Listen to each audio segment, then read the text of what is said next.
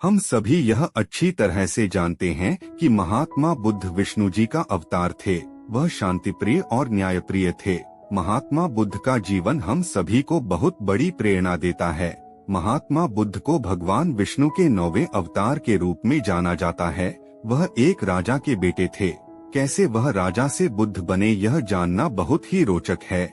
उनका जन्म बहुत ही शुभ दिन यानी कि वैशाख शुक्ल पूर्णिमा के दिन को हुआ था। महात्मा बुद्ध को भगवान का अवतार माना जाता है। वह पूरी दुनिया में जाना पहचाना नाम है। कहते हैं कि उनका जन्म 563 ईस्वी में कपिलवस्तु के लुम्बिनी में हुआ था। आज के समय में यह जगह नेपाल में है। बुद्ध के पिता को शुद्धोधन नाम से जाना जाता है। कहते हैं कि वह शाक्य गणराज्य के राजा थे। महात्मा बुद्ध की माता का नाम माया देवी था। वह भी बेहद रूपवती और समझदार महिला थी। दरअसल गौतम बुद्ध के माता पिता को उनसे पहले कोई संतान नहीं थी। दोनों ने ही भगवान से संतान प्राप्ति के लिए प्रार्थना की। ईश्वर ने उनकी प्रार्थना स्वीकार करते हुए उनको एक पुत्र प्रदान किया। गौतम बुद्ध की माता माया देवी कोलीय वंश से ताल्लुक रखती थी। जिस समय गौतम बुद्ध का जन्म होने वाला था, उस समय उनकी माता अपने पीहर को जा रही थी। कहते हैं कि बीच रास्ते में ही माया देवी ने गौतम बुद्ध को जन्म दे दिया था। जिस समय गौतम बुद्ध का जन्म हुआ था, उस समय उनके चारों ओर प्रकाश फैल गया था। सभी को आश्चर्य हुआ कि कोई साधारण बालक के जन्म के समय तो ऐसा कोई प्रकाश नहीं फैलता। यह भी मानते हैं कि जब वह पैदा हुए तो चारों तरफ कमल के फूल खिल गए थे।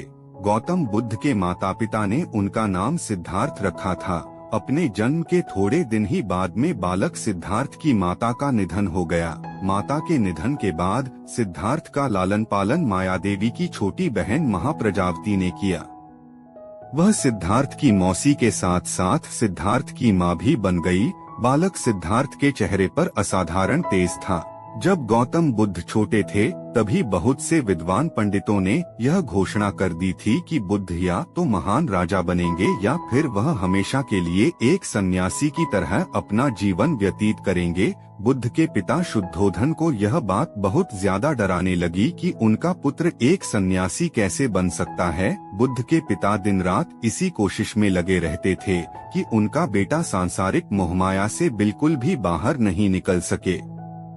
गौतम बुद्ध की शिक्षा का प्रबंध उनके पिता ने राजमहल में कर दिया था। जब वह थोड़े बड़े हुए तो उनको गुरु विश्वामित्र के पास पढ़ने को भेज दिया गया। वह गुरु विश्वामित्र से वेद और उपनिषद की शिक्षा ले रहे थे। उनके पास रहने से उनका दिमाग बहुत कुशाग्र हो गया था। गौतम बुद्ध की शिक्षा में कुश्ती, घुड़दौड़, तीरकमान, रथ हाँकना और तलवारबाजी भी शामिल थी। वह हर चीज में पारंगत हो गए थे। कहा जाए तो वह एक आदर्श विद्यार्थी बन गए थे।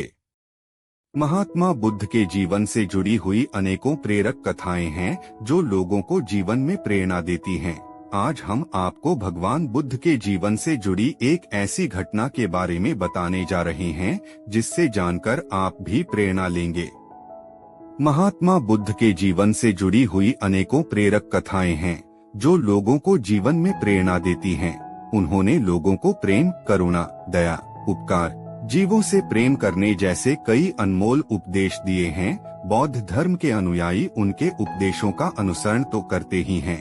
अन्य धर्मों और पंथों के लोग भी उनके ज्ञान से अपना मार्गदर्शन करते हैं। जागरण अध्यात्म में आज हम आपको भगवान बुद्ध के जीवन से जुड़ी एक ऐसी घटना के बारे में बताने जा रहे हैं जिससे जानकर आप भी प्रेरणा लेंगे। एक समय की बात है, महात्मा बुद्ध भ्रमण पर थे। पैदल यात्रा करने के कारण वे काफी थक गए थे। रास्ते में उनको एक आम का बगीचा दिखाई दिया। वे वहां पर आराम करने के लिए रुक गए।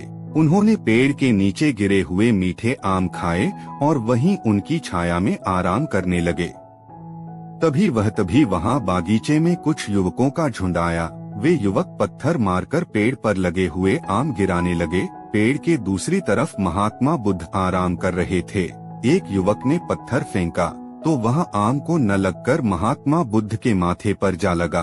उनके माथे से खून बहने लगा।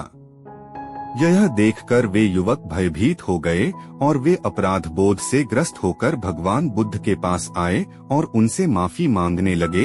उनको देखकर महात्मा बुद्ध की आंखों में आंसू आ गए। युवकों ने सोचा कि माथे में पीड़ा की वजह से उनके आंसू आए हैं। वे उनके चरणों पर गिरकर उनसे क्षमा करने का अनुरोध करने लगे।